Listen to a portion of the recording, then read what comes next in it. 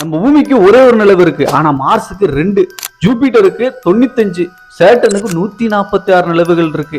அதே மாதிரி யுரேனஸுக்கு 28, நெப்டியூனுக்கு 16 நிலவுகள் இருக்கு. ஏன் ப்ளூட்டோ ஒரு காலகட்டத்தில் சோலார் சிஸ்டத்தோடைய பிளானட்டா இருந்துச்சு, இன்னைக்கு டாப் பிளானட், ஆனா அதுக்கு கூட 5 நிலவுகள் இருக்கு. இதுக்கெல்லாம் நிலவுகள் இருக்கும் போது நம்ம சோலார் சிஸ்டத்தோடைய முதல் 2 கிரகமான மெர்க்குரி அண்ட் வீனஸ், இந்த 2 பிளானட்டுக்கு ஏன் நிலவுகளே இல்லாம போச்சு? இதோட சேர்த்து என்னென்ன விஷயங்களுக்கெல்லாமோ சயின்டிஸ்டுங்க ஆதாரத்தோடையும் ஹைப்போதிசிஸாவும் தியரியாவும் விளக்கம் கொடுக்கறவங்க நம்ம சோலார் சிஸ்டம் எப்படி உருவாயிருக்கும் அப்படிங்கிறதுக்கு கூட ஒரு விளக்கம் கொடுக்காமையா இருந்திருப்பாங்க. ஸோ இந்த வீடியோல இந்த 2 விஷயத்தை பத்தி தான் சயின்டிஸ்டுங்க என்ன சொல்றாங்க அப்படிங்கிறத நம்ம தெரிஞ்சுக்க போறோம். வீடியோக்குள்ள போறதுக்கு முன்னாடி நம்ம சேகர் விஷன் சேனலுக்கு இதான் முதல்ல வந்தீங்கன்னா ஜஸ்ட் சேனலை சப்ஸ்கிரைப் பண்ணி வச்சு பெல் நோட்டிஃபிகேஷன் கேட்ட செட் பண்ணிட்டு வீடியோ கொஞ்சம் கூட ஸ்கிப் பண்ணாம ஃபுல்லா பாருங்க. வெல்கம் பேக் ஆனது நியூ வீடியோ. நான் உங்கள் சேகர்.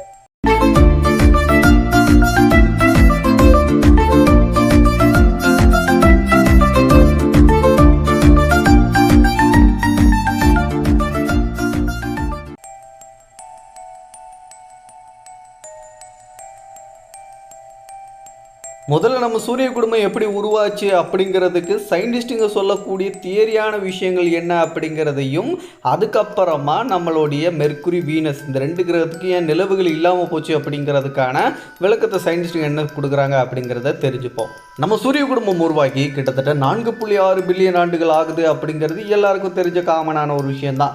அந்த காலகட்டத்தில் நம்ம சூரியனும் இல்லை, நம்ம பிளானட்ஸுகள் எதுவுமே நம்ம சூரிய குடும்பத்தில் இருந்தது இல்லை. அந்த டயத்தில் இருந்தது எல்லாமே நெபுலாக்களான தூசிகளும் அதுக்கப்புறம் வாயுக்களால் சேர்ந்த ஒரு மேக கூட்டங்களாக தான் நம்ம சூரிய குடும்பமே இருந்துச்சு. இப்படி இருந்த அந்த தூசிகளும் மேக கூட்டங்களாக இருந்த அந்த வாயுக்கள் கலந்த அந்த கலவைகள் ஹைட்ரஜன் மற்றும் ஹீலியம் இன்னும் சில தனிமங்களோடு சேர்ந்த ஒரு கலவைகளாக தான் அந்த மேக கூட்டங்களே இருந்திருக்கு.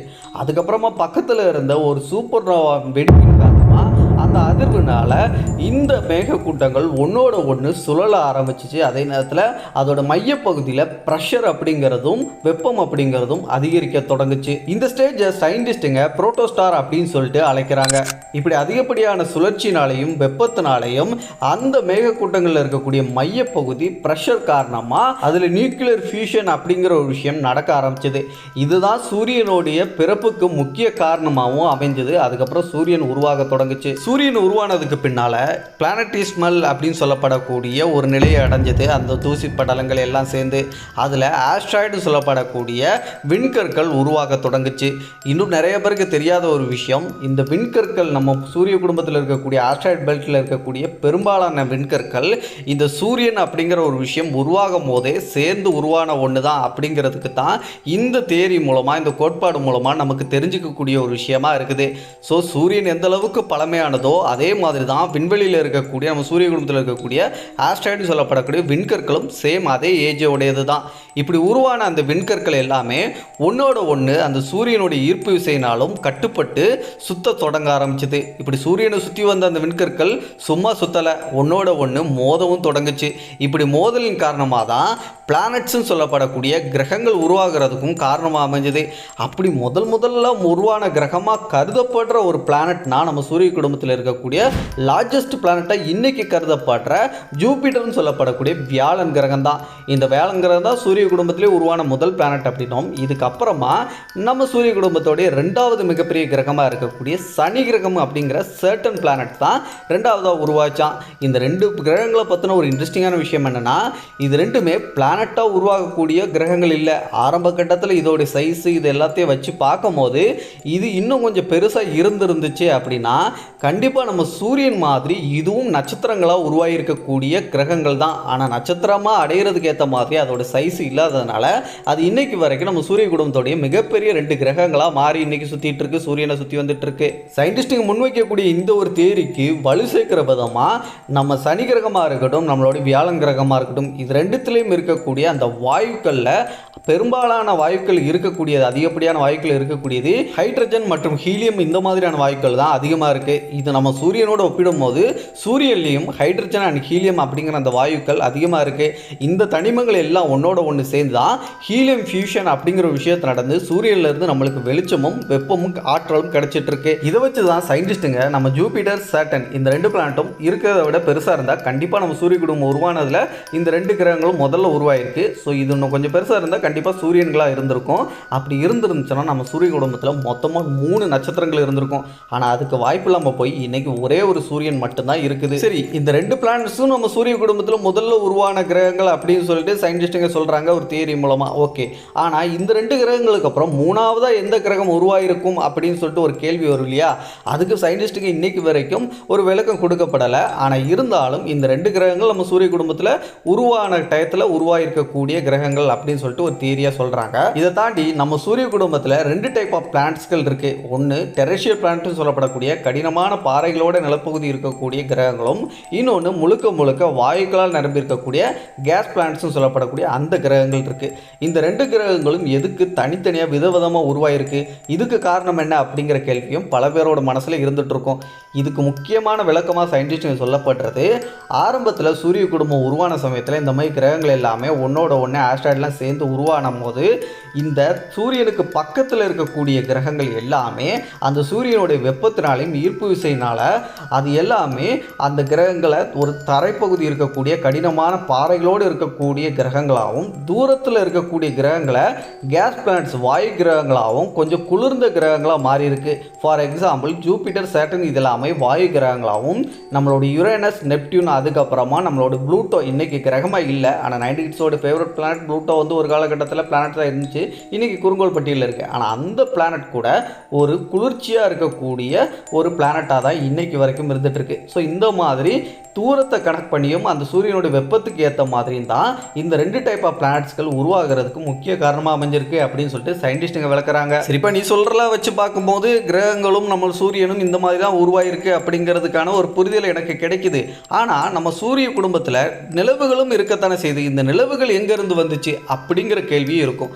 இதுக்கு விளக்கம் என்ன சொல்கிறாங்கன்னா, எப்படி சூரிய குடும்பத்தில் அந்த சுற்றி வந்துட்டு இருந்த அந்த டஸ்ட் பார்ட்டிகல்ஸில் இருந்த தூசி துகள்கள் ஆஸ்ட்ராய்டுகள் எல்லாம் ஒன்றா சேர்ந்து கிரகங்களை அதாவது பிளானட்ஸை ஃபார்ம் பண்ணுச்சோ, அதே மாதிரி தான் நிலவுகளையும் அந்த ஆஸ்ட்ராய்டுகள் எல்லாம் ஒன்றா சேர்ந்து நிலவுகளாக உருவாக ஆரம்பிச்சிச்சு. இப்படி நிலவுகளாக உருவாகின அந்த எல்லா விஷயங்களுமே ஒவ்வொரு கிரகத்தோடைய நிறைக்கு ஏற்ற மாதிரியும் அதோடைய சைஸுக்கு ஏற்ற மாதிரி அதோட ஈர்ப்பு விசை கட்டுப்பட்டு சுற்றி வர ஆரம்பிச்சிச்சு. ஃபார் எக்ஸாம்பிள், பூமிக்கு ஒரே ஒரு நிலவு இருக்குது. இந்த நிலவு நம்ம பூமியை விட சைஸில் ரொம்ப சின்னதாக இருக்கிறதுனாலையும் பூமியோட சைஸ் பெருசாக இருக்கிறதுனால பூமியோடைய ஈர்ப்பு விசைக்கு கட்டுப்பட்டு இன்னைக்கு வரைக்கும் பூமியை சுற்றி வந்துட்டு இருக்கு நம்மளுடைய நிலவு.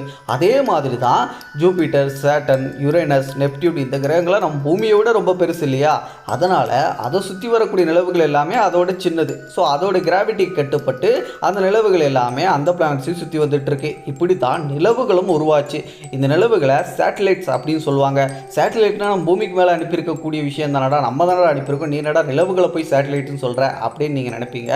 இதுக்கு முக்கிய காரணம் விஞ்ஞானிகள் சொல்கிறது, ஒரு கிரகத்தை சுற்றி வரக்கூடிய இன்னொரு எந்த ஒரு பருப்பொருளாக இருந்தாலும் அதை துணைக்கோள் சேட்டலைட் அப்படின்னு சொல்லிட்டு தான் அழைப்பாங்க. ஸோ நம்ம பூமியை சுற்றி வரக்கூடிய நம்மளுடைய நிலவும் ஒரு சேட்டலைட் தான். நம்ம அனுப்பியிருக்கக்கூடிய விண்கலன்களும் சேட்டலைட்டாக சுற்றி வந்துட்டு இருக்கு. அது கூட ஒரு துணைக்கோள் மாதிரி தான். இப்போ உங்களுக்கு நம்மளுடைய சூரியன் எப்படி உருவாச்சு, பிளானட்ஸு, அதுக்கப்புறமா நம்மளுடைய நிலவுகள் எப்படி உருவாச்சுங்கிறது தெரிஞ்சிருக்கும். இன்னும் சில பேருக்கு ஒரு கன்ஃபியூஸ் வரலாம். நிலவுகள், பிளானட்ஸுகள், சூரியன்கள் இதெல்லாம் உருவான சொன்னேன். நம்ம சூரிய குடும்பத்தில் ஆஸ்ட்ராய்ட் பெல்ட்னு சொல்லப்படுற அந்த இடத்துல விண்கற்கள் இருக்குது. அதுக்கப்புறமா ஊர்ட்டுக்கள், அதுக்கப்புறமா குவைப்பர் பெல்ட் இந்த மாதிரி இடத்துங்களெல்லாம் விண்கற்கள் இருக்கிறதா சயின்டிஸ்ட்டுங்க சொல்கிறாங்களே. இந்த விண்கற்கள் நீ ஆல்ரெடி சொன்ன மாதிரி சூரியன் உருவான காலகட்டத்திலே சேர்ந்து உருவான ஒரு விஷயந்தான் அப்படின்னு சொல்லும் போது இந்த விண்கற்கள் ஏன் இன்னைக்கு பிளானட்ஸாக மாறல, அது வெறும் ஆஸ்ட்ராய்டுகளாகவே நம்ம சூரிய குடும்பத்தில் சூரியனை சுற்றி வந்துட்டு இருக்கு. இதுக்கு காரணம் என்ன அப்படி பார்த்தீங்கன்னா, பொதுவாக இந்த மாதிரி விண்கற்கள் எல்லாமே ஒன்னோட ஒன்று மோதி அது ஒரு பிளானட்டை ஃபார்ம் பண்ணும் அப்படிங்கிறது சாதாரண ஒரு விஷயந்தான் விண்வெளியோடைய பொறுத்த வரைக்கும். பட் இருந்தாலும் இன்னைக்கு இந்த ஆஸ்ட்ராய்டுகள் ஒரு கிரகமாக ஃபார்ம் ஆகுறதுக்கு காரணம் ஒவ்வொரு விண்கற்களுக்கும் குறிப்பிட்ட இடைவெளி அப்படிங்கிறது இருக்கு. இந்த இடைவெளிகள் எல்லாமே ஒரு வால் மாதிரி, டெய்ல் மாதிரியான ஒரு அமைப்பு நம்மளுக்கு கொடுக்கும். பார்க்கும் போதும் நம்ம கண்களுக்கு அப்படி தான் தெரியும். அதனால தான் அது வால் குடும்பத்தில் இருக்கக்கூடிய மெர்க்குரி அண்ட் வீனஸ் இந்த 2 பிளானட்ஸ்க்கும் நிலவுகளே இல்லை. மற்ற எல்லா பிளானட்ஸ்களுக்கும் நிலவுகள் இருக்குது. இந்த 2 கிரகங்களுக்கு மட்டும் ஏன் நிலவுகள் இல்லை அப்படிங்கிறதுக்கான ஒரு விளக்கத்தை சயின்டிஸ்டுகள் என்ன சொல்கிறாங்கன்னா, நம்ம சூரிய குடும்பத்தில் நம்ம பூமிக்கு முன்னாடி இருக்கக்கூடிய 2 பிளானட்ஸ்களுக்கும் நிலவுகள் இல்லாத காரணமே நம்மளோட சூரியன் தான். ஏன்பா அப்படின்னு கேட்டால், நம்ம சூரியனுக்கு கொஞ்சம் பக்கத்தில் தான் இந்த மெர்க்குரியும் அதுக்கப்புறம் வீனஸும் இருக்குது. இதனால தான் இந்த 2 கிரகங்களும் இன்னைக்கு வரைக்கும் மனிதன் போய் வாழ்கிறதுக்கு தகுதியுடைய ஒரு கிரகங்கள் பட்டியலில் இந்த 2 பிளானட்ஸ்களும் இல்லாமல் இருக்குது, ஒரு டெரேஷியல் பிளானட்டாக இருந்தாலும் கூட. அதுக்கப்புறமா இன்னொரு முக்கியமான காரணம், இந்த 2 கிரகங்களில் நம்மளோட வெள்ளி கிரகம் ரொம்பவே சூடாக இருக்குது. அதுக்கு காரணம் அதில் இருக்கக்கூடிய ரொம்ப அடர்த்தியான அட்மாஸ்பியரும் அங்கே இருக்கக்கூடிய ப்ரெஷரும் அதுக்கப்புறம் அங்கே க்ரீன் ஹவுஸ் கேஸ் எஃபெக்ட்னு சொல்லப்படக்கூடிய அந்த ஒரு விஷயம் நடந்துட்டு இருக்கு. வெள்ளி கிரகத்தோடைய அந்த மேல்பரப்பு டெம்பரேச்சர் அப்படிங்கிறது 465 டிகிரி செல்சியஸ் அப்படிங்கிற அளவில் இருக்குது. ஸோ இந்த அளவுக்குலாம் இருந்துச்சுன்னா மனிதனால் அங்கே தாக்கு பிடிக்கிறது அப்படிங்கிறது ரொம்பவே கடினமான விஷயம். சரி, இப்போ இந்த பிளானட்ஸ்களுக்கு நிலவு இல்லாததுக்கு முக்கிய காரணம் சூரியன் சொன்னேன் இல்லையா?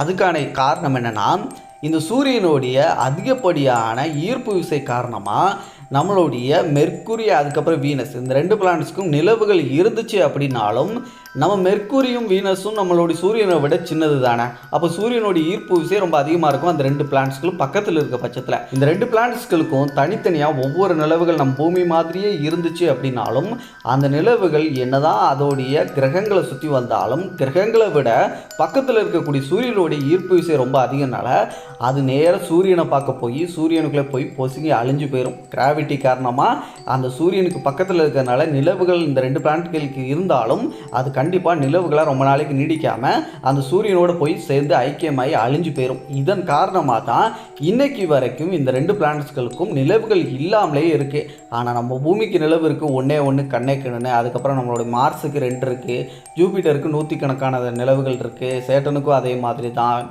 நெப்டியூன், யுரேனஸ், நம்ம ப்ளூட்டோக்கு கூட நிலவுகள் இருக்குது, ட்ராப் பிளானட்னு சொல்லப்படுற அந்த கிரகத்துக்கு கூட.